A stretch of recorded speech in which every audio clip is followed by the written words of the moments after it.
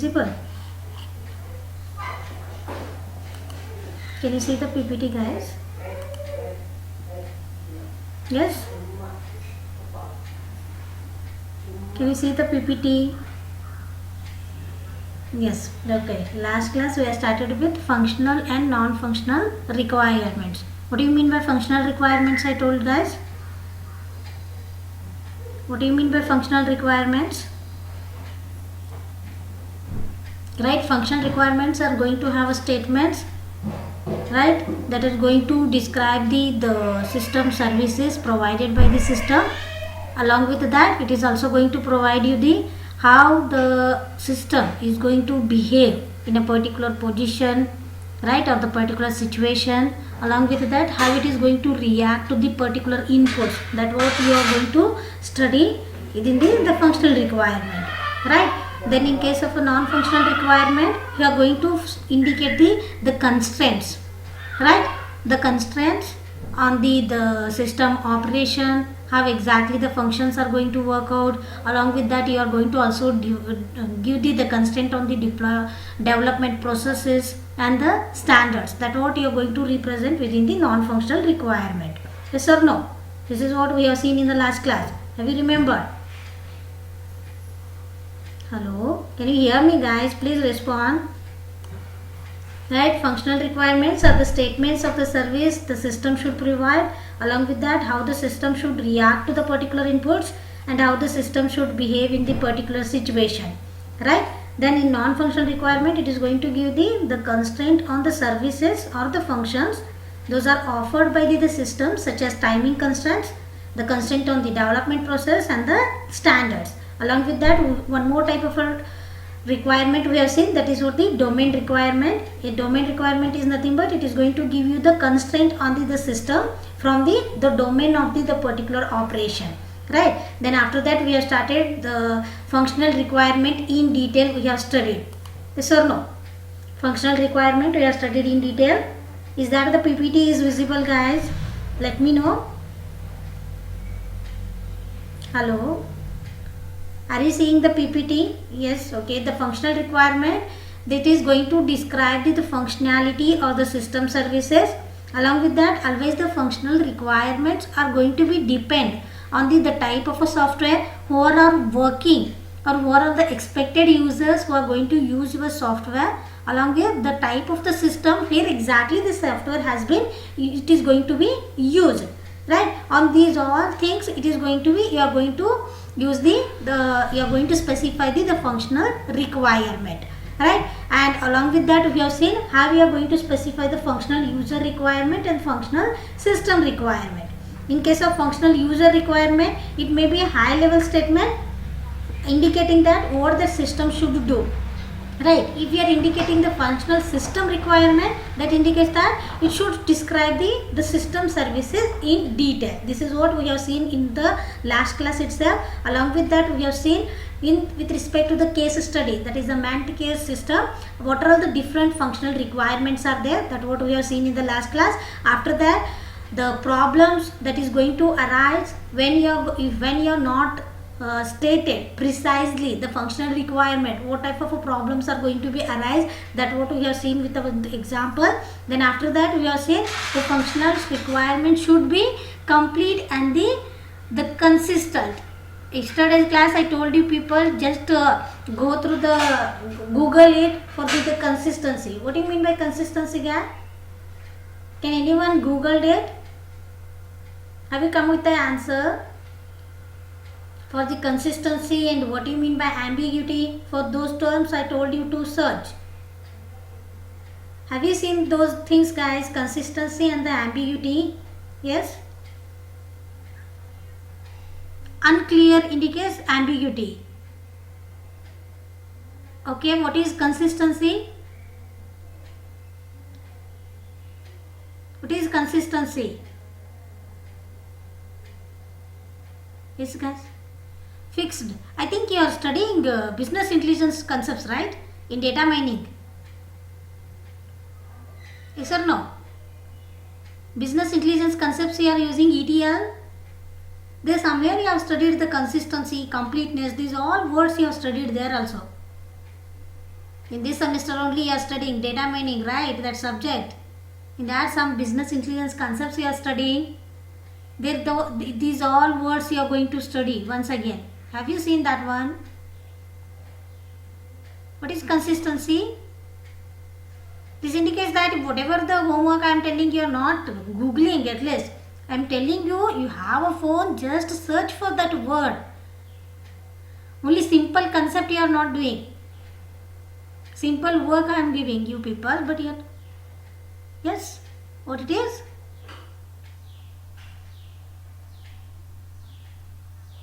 Quality or a fact? No.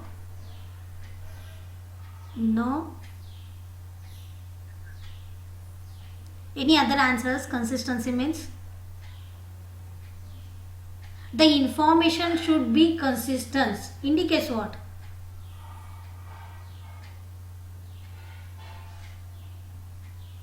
Yes. The information should be consistent. Like this statement will come. What it is indicating? Consistency means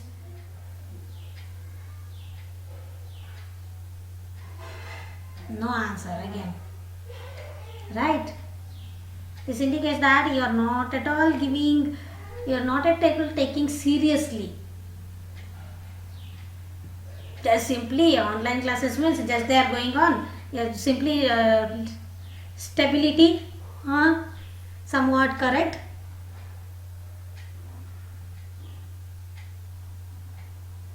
Yes, any other answer? Google it once again, you thoroughly Google it. You will come to the answer. Tomorrow's class I need it. Consistency and ambiguity. These two words, how they are going to relate. Right? With respect to the information or the data, you search it out. Not for the general meaning I need. With respect to the data or the information, you give me the answer. What do you mean by ambiguous data and what do you mean by consistent data? Clear? May I hope in the next class, may I expect the answer from you guys tomorrow's class? Yes? Okay. Then today we'll start with the next concept, that is what do you mean by non-functional requirement? As already we have known, the non-functional requirement is going to provide the constraint on the system description in detail. Along with that, it is also going to provide you the constraint on the how exactly what are the constraints will be there on the development process and the standards. Now we are going to study the non-functional requirement in detail. What are the different kinds of non-functional requirements are there, right? What is the goal of the non-functional requirement? These all things we are going to study in today's class. Okay, see, these define the system properties and the constraints as already told. Right, the system requirements are going to define you the different kinds of system services, functionalities, right? Along with that, it is also going to provide you the constraint. Constraints are nothing but the limitations on the system operation. For example, you can see here the reliability, response time, storage requirement, right? The constraint on the I/O device capability, system representation. These all things you are going to specify by using a non-functional requirement. Is that clear? Are you getting, guys? Right? Storage requirement, as already know, how much hard disk, right? Space you need to run your project, that you are going to specify or no in the project report. Yes or no? These all things you are going to specify, right, in the non-functional requirement. Along with that, the process requirement may also be specified, mandating a particular IDE, right, and the programming language and the development method. That means which type of a programming language you are using to develop that project, right? Along with that, which IDE you are running that particular project, which are all the different kinds of development methods you are using to develop the project. These all things you are going to specify within the non-functional requirement. So the non-functional requirements are more critical than the functional requirement. If these are not met, the system may be useless. See, the non-functional requirements are very important compared to the functional requirement, because you are specifying here the development process, right? You are specifying the development standards, what all the constraints are there on that, right? So it is very important compared to the functional requirement. Are you getting, guys? Now for example, if we say, as already I told in the last class, the functional requirements example is nothing but, for example, authentication, transaction related some task, right? Audit tracking. These all different things will come into the functional requirement that sometime you may use or you may not use. With respect to this your project, some things will come into the existence or sometimes you are not using those all related works. But the non-functional requirements means you are specifying here the programming languages, right? You are specifying the which IDE, on which IDE you are running your project. So this is compulsory needed.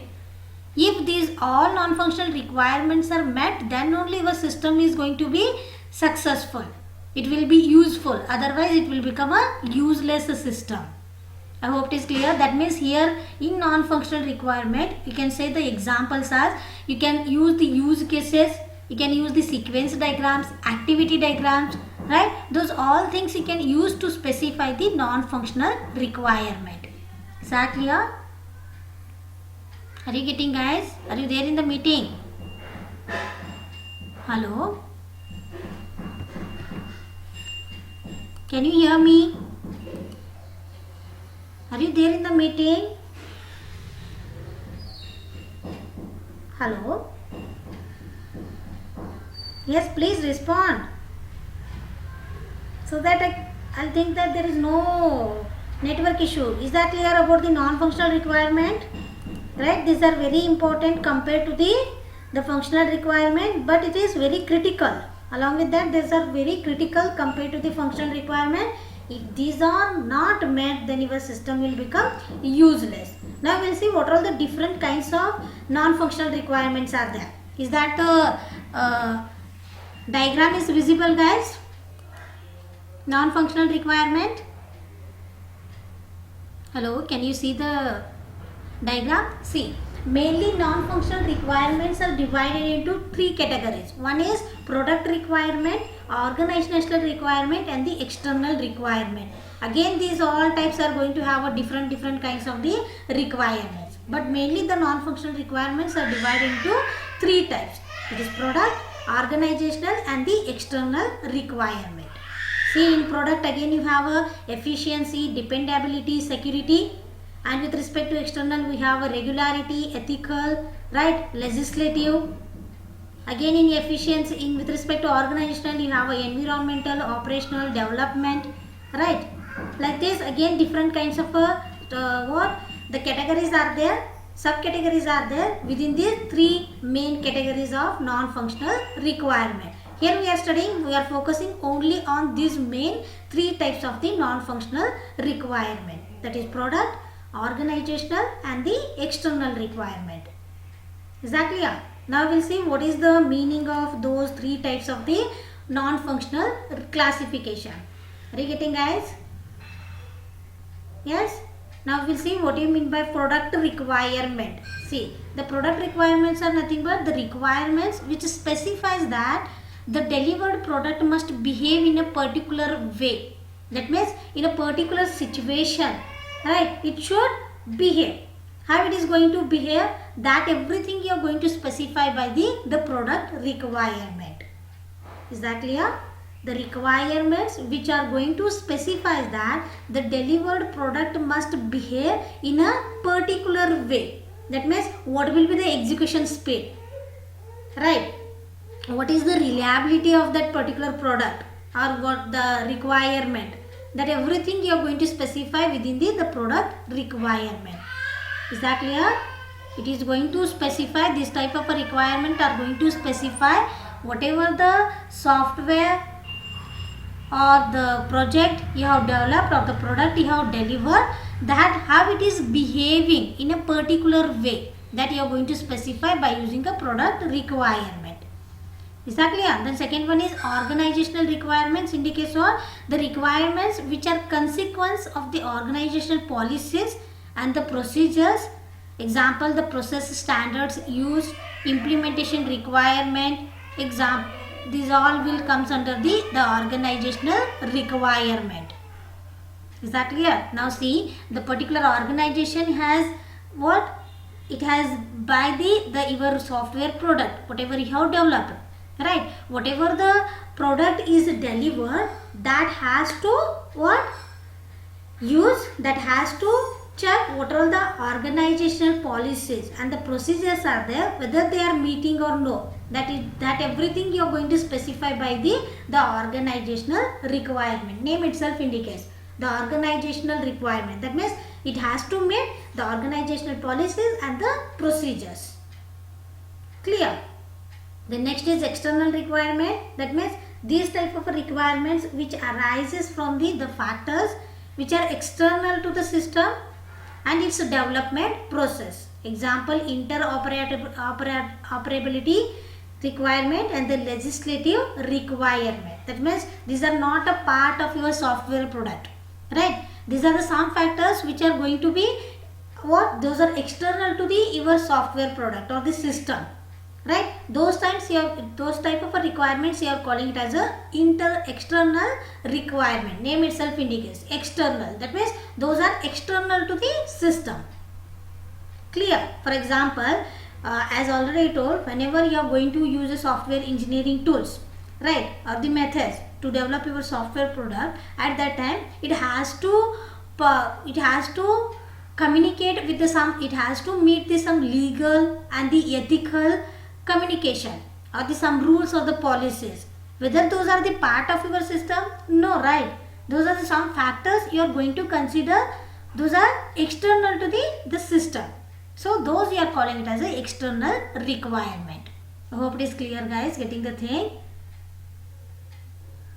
Yes, 3 types of non-functional requirement. That is, first is product, second one is organizational, and third one is the external requirement. I hope it is clear. Yes or no? Please respond. No response only today's class. Why, guys? What happened? Is this class is boring? Huh? It is fully theoretical subject. Huh? Software engineering means fully theoretical subject. You cannot expect any programs or something else in this subject. Full theory, how we are producing, how we are going to deliver the software project, what are all the methods you are going to follow, that everything only you are going to study here, as already I told, right? Some engineering concepts you are going to study here. Clear about the non-functional, the types of non-functional requirements? Yes, guys. Now we'll see with respect to the example how we are going to define that, what the different classification of the non-functional requirement with respect to again the Mentcare system case study. Okay, in Mentcare system case study, now we'll see what you mean by product requirement. See there, the Mentcare system shall be available to all the clinics during the normal working hours. Okay, the downtime within the normal working hours shall not exceed the 5 seconds in any of the day. Right, that means you are checking here the execution time or the how reliable that particular product or that system is there, right? That you are going to check here, the downtime, right? That means that particular system will not work. That itself you can call it as a downtime. It is not working. That should not exceed 5 seconds in any one day, right? That means how reliable that product is, that is you are checking, right? By using the requirement, that is what called as a product requirement. Then second one is organizational requirement. Users of the Mentcare system shall authenticate themselves using their health authority identity card. Alright, organizational indicates what? Now they are working for the what? The hospital or to the clinic, right? Whatever the users who are using that Mentcare system, they should authenticate. They should be genuine users. Then only they can use that particular Mentcare system. How they are using? To their authority identity card. That means you are providing here, you are checking here whether the user who is using the Mentcare system, he is an authenticated user or no. Right? That are some organizational policies and the procedures you are going to follow here. Right, that will be specified by the organizational requirement. The next is external requirement, that is external to your system. Now for example, the system shall implement the patient privacy provisions as set out in the privilege. Right, that means that particular implementation for setting the or implementing the patient privacy provisions, that is not a part of your system, but by using the other system, right, or the other software product, you are providing or you are implementing the patient privacy provisions. Is that clear? Just through the example we have seen how you are going to specify the product requirement, organizational requirement and the external requirement. Clear guys? Are you getting? Yes? Yes or no? Yes? Are you there in the meeting, guys? Are you listening to the class? Okay. Then next we will see what is the goal and the requirements are there with respect to the non-functional requirements. See, non-functional requirements are very difficult to state precisely, and imprecise the requirements may be difficult to verify. Right. That means it is not easy as that of the functional requirement, stating everything precisely if it comes to the non-functional requirement. It is a very difficult task, right? Then it is again very difficult to do the verification of the non-functional requirement. Verification indicates what? Checking, right? You are going to do some checkings, right? Some verification you are going to do with respect to the requirement what you have specified in the non-functional requirement. So now we will see how you are going to do that one. For that you are going to set the goal. That means a general intention of the user, such as ease of use. See, what is the goal of the non-functional requirement is just the general intention or the goal of the user, such as ease of use. That means easily that can be used by the normal user. That type of goal you are going to set by using a non-functional requirement. Then it should be verifiable. How we are going to verify this one? A statement using some measures that can be objectively tested. See, some measures you are going to consider, predefined measures you are going to consider whether your non-functional requirements are meeting those all measures or no. That you are going to test. That is what you can do the verification related with the non-functional requirement. Somehow it is very difficult to verify the non-functional requirement, but such things can be used to do the testing related with the non-functional requirement. So goals are helpful to the developers as they convey the intention of the system users. Okay, because by you setting the goal with respect to the non-functional requirement, you are meeting the what is the intention of the user, right? Whether is it possible for him to easily use that particular the system by using the non-functional requirement or no, right? So by setting such a goal, it will also helpful for the developer, because it is conveying the what is the intention of the system users. Like this, we can define the goal and the verification related with the non-functional requirement. Clear? The next, seeing one example, how we are going to test the non-functional requirement and how we are going to set the goal, that we will see now. Again with respect to the Medicare system case study itself. Okay, see, the system should be easy to use by the medical staff, and they should be organized in such a way that the user's errors are minimized. That is the goal of that particular system, what you have developed. What is the main use of the Medicare system, guys? Where every patient information will be stored, yes or no, who are suffering from the mental illness, that everything you are going to store within the Medicare system, right? Then what is the use or intention of the user there? That can be easily accessible. From whom? From all the medical staff. Medical staff may be a doctor or maybe a nurse or maybe a medical receptionist, yes or no? Along with it may be accessible by the IT staff who are developed and maintained that particular system, yes or no? Yes or no, guys? That is the what goal you can say, right? So the goal of that non-functional requirement you can define like this by using such statements. The system should be used by the easy to use by the medical staff and should be organized in such a way that the errors should be minimized. The errors are going to be minimized. That is the what goal you can specify with respect to the non-functional requirement in case of a ment care system. Then second one is how we are going to do the testing, the verification with respect to the non-functional requirement in the same ment care system. See here, the medical staff shall be able to use all the system functions after 4 hours of training. After this training, the average number of errors made by the experienced user shall not exceed 2 per hour of the system use. Now see, by seeing the, as already told, they are considering some measures. Yes, and whether those non-functional requirements are reaching those measures or no, meeting those measures or no, that you are going to do the checking. In that manner, you are going to do the testing with related to the what? The non-functional requirement. Now, with respect to the ment care system, what I will say, whoever are going to use that system, mainly the medical staff. So, before using that system, the medical staff will be given a training for 4 hours.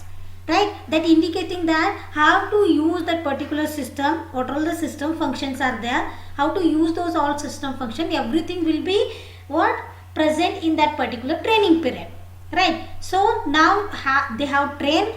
After that training, now the developer, maybe an experienced user, maybe come up with he may be added some another requirement, or he may be finding some average number of errors. Right, he may be finding any errors. Those such of errors should not exceed 2 per hour of the system use. Per hour, only maximum 2 errors they can find it out, not more than that. Right, in such manner you are going to make a testing with related to the non-functional requirement. I hope it is clear, guys. Goal is to find the intention of the user who are using that one. Right, how we are going to test? By taking the consideration of the some measures, right, whether your non-functional requirements are meeting those measures or no. In that manner you are going to do the testing. That is what you are calling it as a verification related with the non-functional requirement. Now we are seeing just the example with respect to the the ment care system. Is that clear? How they have defined the goal for that and how they have done the testing with respect to the non-functional requirement. I hope it is clear, guys. Getting the thing? Hello? Is that clear? Yes? Now we'll see some related metrics for specifying the non-functional requirement. What are the different metrics you are going to use? Right? To specify the non-functional requirement. As already told, here it is going to specify the constraint like the reliability, execution time, right? Some different types of time constraints, development process, development standard. These all constraints it is going to define, right? So you are going to define or the constraints, how they are going to define, which are the different metrics you are going to use to define that one. That is what there in this particular slide. You can go through that. See that the first matrix is speed. That means the processor transaction per second or user per event response time, screen refresh time. Right? These all different measures are related with the metric called as the speed. Getting the thing? How many times you have refreshed the page? What is the refresh time? Screen refresh time.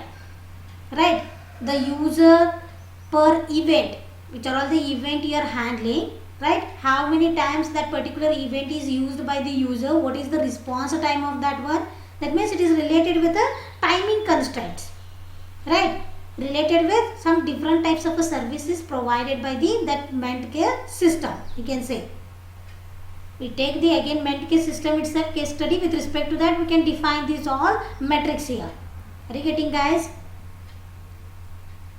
Right, then as already told, it is also going to provide. Are you there? Yes? Hello, can you hear me?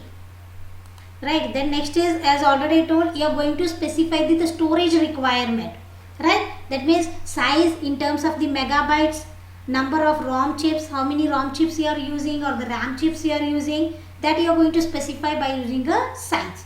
And the ease of use, that means whenever that system is delivered to the customer, who are all going to use, which are all the expected users are going to use that particular system, right? They must be use it very easily. For that you need to give the training. So what will be the training time, the number of help frames are there, so that particular expected users can use it easily.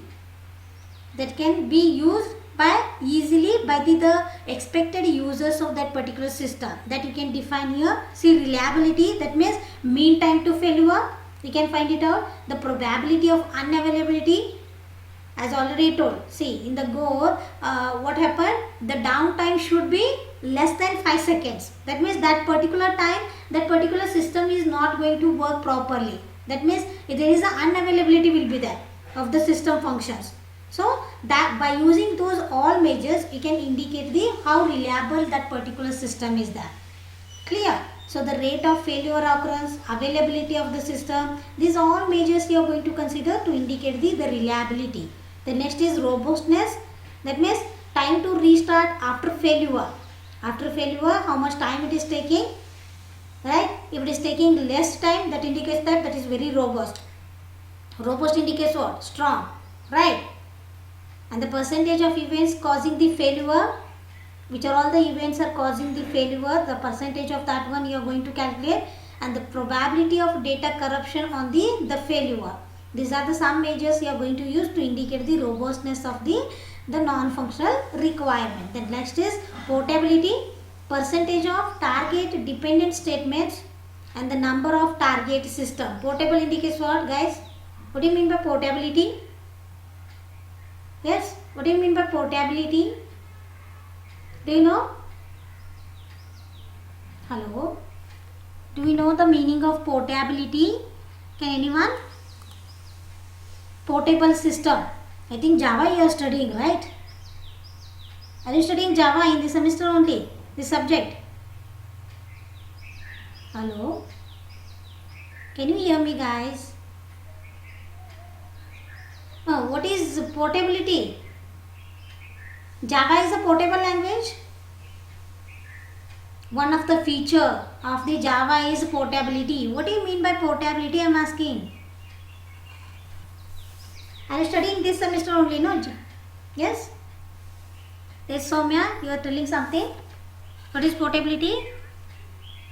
Once created, it can be anywhere, anyway. Yes, that itself indicates that. Now for example, I have written a program. Okay, I have written a program only by using the Windows operating system, right? But I am indicating that my program is portable. My program is portable. That indicates that even though I have written a program by using a Windows operating system, but still it should run easily on the Linux operating system also. You can run the program at any time, anywhere, anyway. Right? That itself indicates that is a portable program. Yes or no? That is the what meaning of the portability. Correct or no? Yes, guys, without doing any change within the program, if you are running the same program in the different platforms, right, then you can call that programs as a portable one. Correct? Yes. So now the portability is also you are considering with respect to the non-functional requirement as a one of the metrics that indicates that it needs to run on the different systems, right? That is what you are indicating, the measures you are going to specify to indicate the portability of the system. This completes the non-functional requirement. Any doubts with respect to non-functional requirement, guys? See, we have seen, we started with functional and non-functional requirement. We have defined what is functional and non-functional requirement. Then thoroughly we have studied the functional requirement. And we have seen how to specify the functional requirement by using the one case study, that is MENT case system. Right? Then after that we have started with the non-functional requirement. types of non-functional requirement, right? That is product, organizational and the external. Then how, with respect to the ment case system, we have indicated what is product requirement, organizational requirement and the external requirement. Then we have seen how you are going to identify or you are going to set the goal and how you are going to do the verification related with the non-functional requirement, that we have seen with an example. Then we have seen which are all the metrics you are going to use for specifying the non-functional requirement, because some of the non-functional requirement is going to specify the constraints, yes or no, constraints on the system operation and the development process and the standard, right? For that, which are all the different measures you need to calculate. Yes, that everything is given in this particular table. I hope it is clear, guys. Any doubts with that? Any doubts? Again, no response. Any doubts? Ma'am, your voice is breaking. Any doubts? Now you can you hear me clearly, guys? Hello? They will not respond.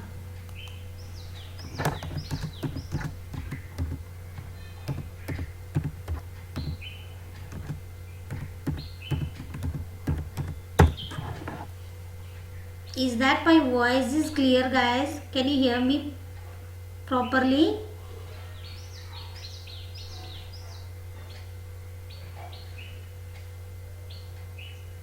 Yes. Okay. The next, we'll start with the next thing. See, in the starting of this chapter, we have started with what is requirement engineering process.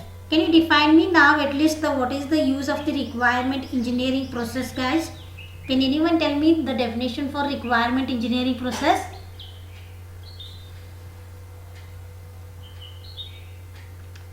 What is requirement engineering process? Can you define it?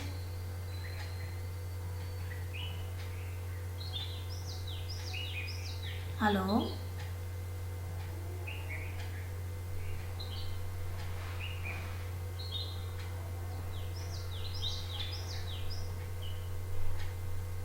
Hello? Don't know? Requirement engineering process, what do you mean by that? Starting of this chapter only we have studied what is requirement engineering process, what do you mean by requirement, which are all the different types of requirements are there, what do you mean by stakeholders, different types of stakeholders. This everything we have studied in the starting of this chapter itself. What do you mean by requirement engineering process? Can you define? It may be, you can also call it as a software specification or system specification. What do you mean by that? What do you mean by that? Can anyone tell me the answer for this?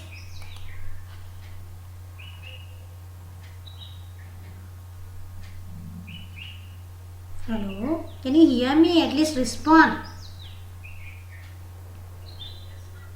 What is requirement engineering process? I am asking you.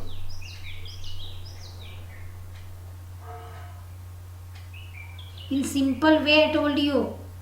Requirement engineering process, you can also call it as system specification. What that indicates? What that indicates? It is going to define what your system should do. What your system should do. That means, yes, you are going to specify the constraint on its operation, not maintaining and documentation exactly. See, requirement specific engineering process itself indicates that how you are going to define what is exactly your system should do.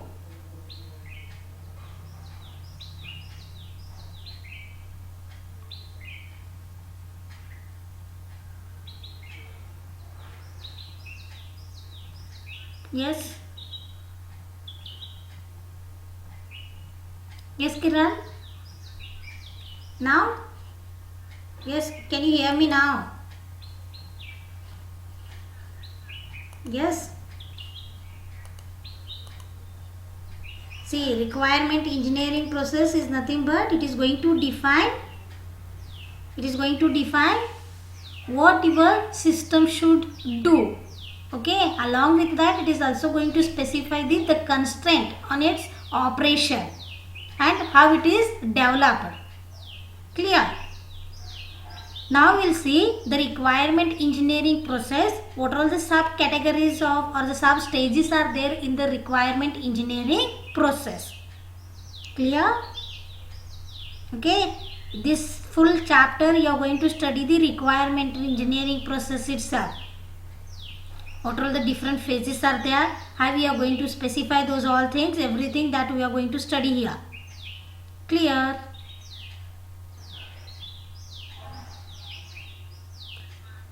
Only Kiran is responding. How about others? Are you there in the meeting? Or simply you have joined the meeting and you left? Okay, we'll start with the requirement engineering process. Is that the PPT is visible? Yes? Okay.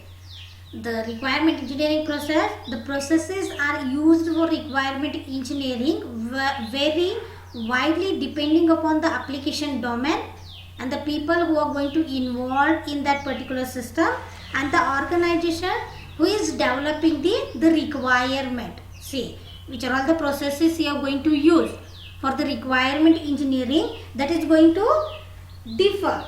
Right, how it is going to differ?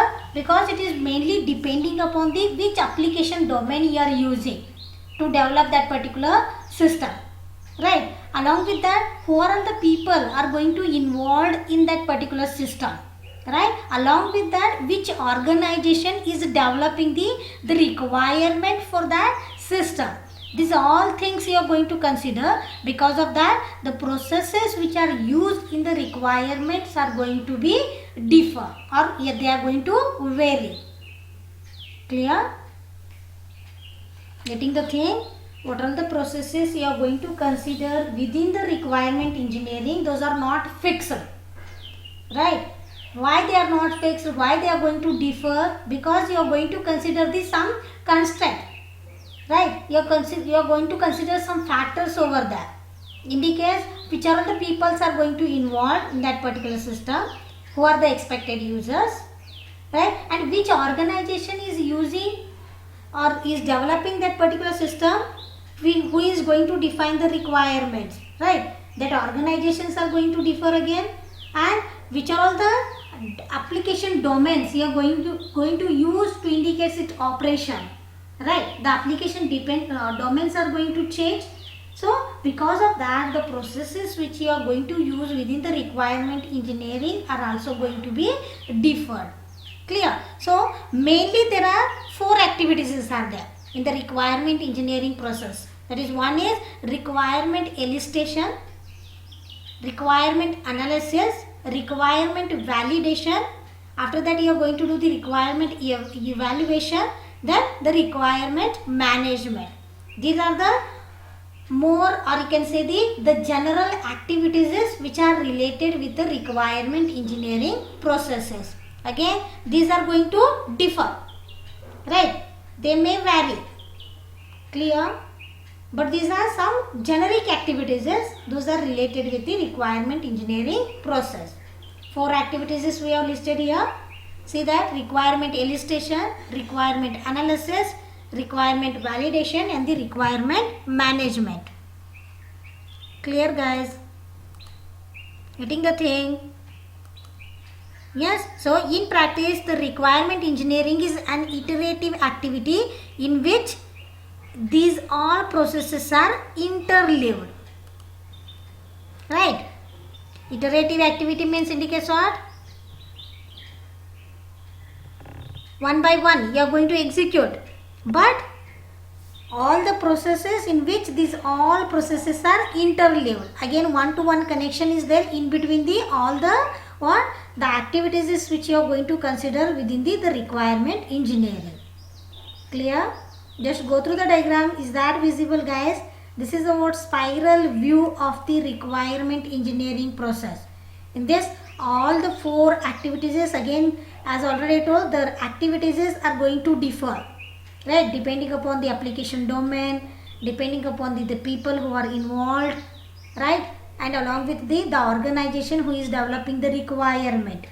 Depending upon these all factors, the requirement engineering processes are going to differ, right. But generic activities is we have specified, that is requirement elicitation, requirement analysis, validation and the management. Now you can see the spiral view of the requirement engineering process. Along with these four activities, there are so many different kinds of activities are also there. Can you see that one? See here, starting point is here in the spiral view. Can you see that, guys? Can you see this one, the diagram? Here the starting point is there, not visible.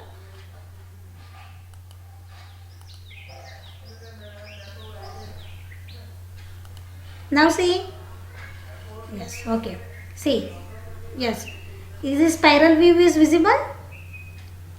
See, whatever the generic the activities are there in the requirement engineering process that are written outside. Before that, so many activities will happen inside the requirement engineering. Can you see this here? The starting point is there, right, in the spiral view.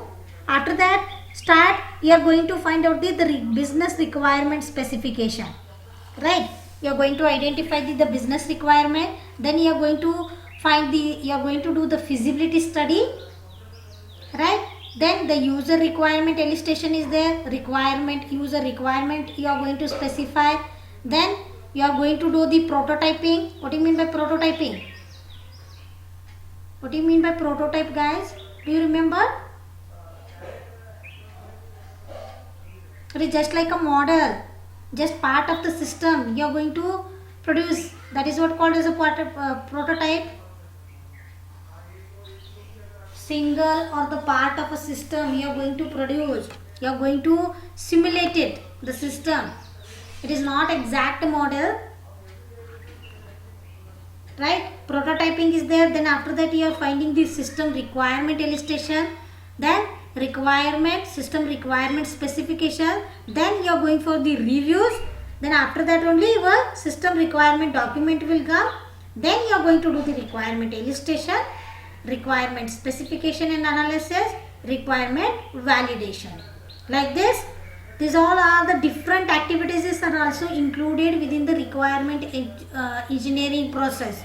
But more generally, in almost all the processes, right, these four activities are general, those are common. That is requirement elicitation, requirement analysis and specification, requirement validation, requirement management. Clear, guys? Are you getting the thing? Hello? Can you hear me? Yes? Yes? Okay. Next we will see these all things thoroughly now. First we will start with the first activity in a requirement engineering process, that is requirement elicitation. What do you mean by exactly requirement elicitation and the analysis, that we will see now. See, sometimes this requirement elicitation is also called as the requirement discovery.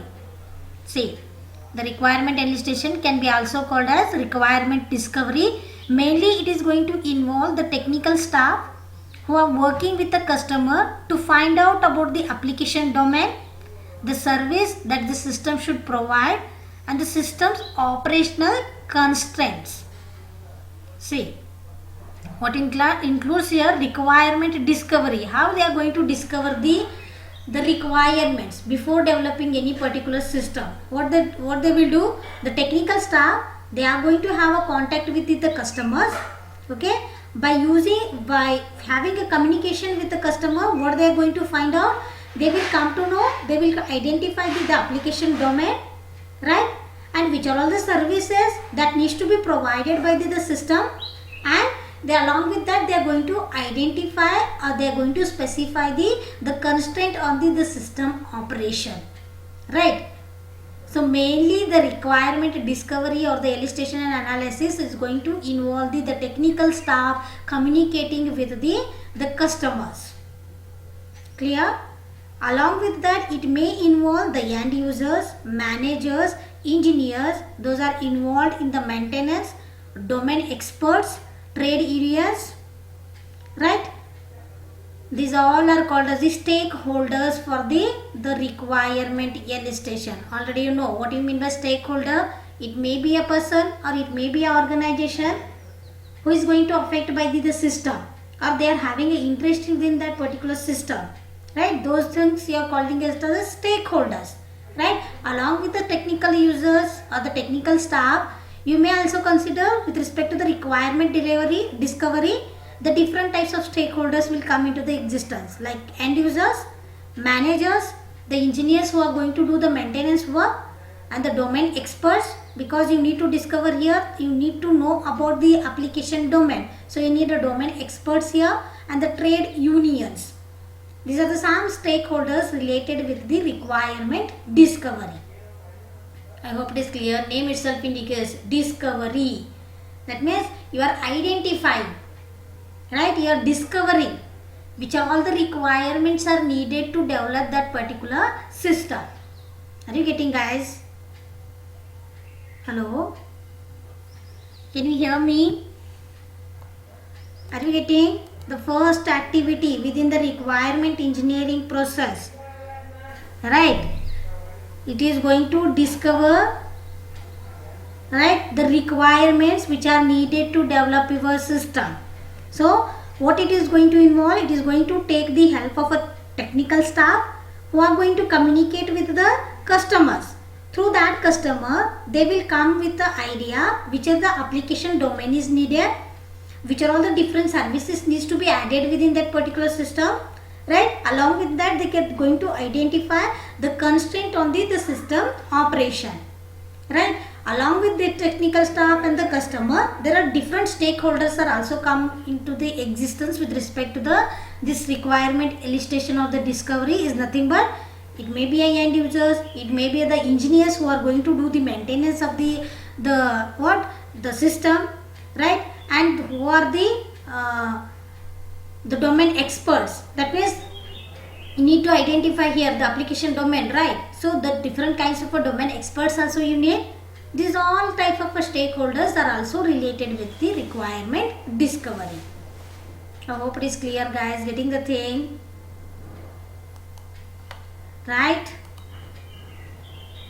This is the first activity within the requirement engineering process. Now we will see the requirement engineering. As already told, the software engineers work with a range of the system stakeholders to find out the application domain and the services that the system should provide and the required system performance, hardware constraints, other systems. These are all things you are going to discover by using a technical staff who are going to communicate with the customer. Now there are different stages are there within the requirement elicitation. How they are going to do these all tasks, right? How they are going to find out the application domain, how they are going to find out the services which are provided by the system, how they are going to identify the constraint on the system operation, right? There are different kinds of stages they are going to included within the requirement elicitation or the discovery. Those are nothing but first stage is requirement discovery, requirement classification and organization, requirement prioritization, and the on negotiations, and the requirement specification. See, by applying these all four stages, you can identify, right? You are going to work with or you are going to identify these all things by using a requirement elicitation and the analysis. You are going to identify the application domain, right, which are all the services provided by the system, the constraint on the system operation, right?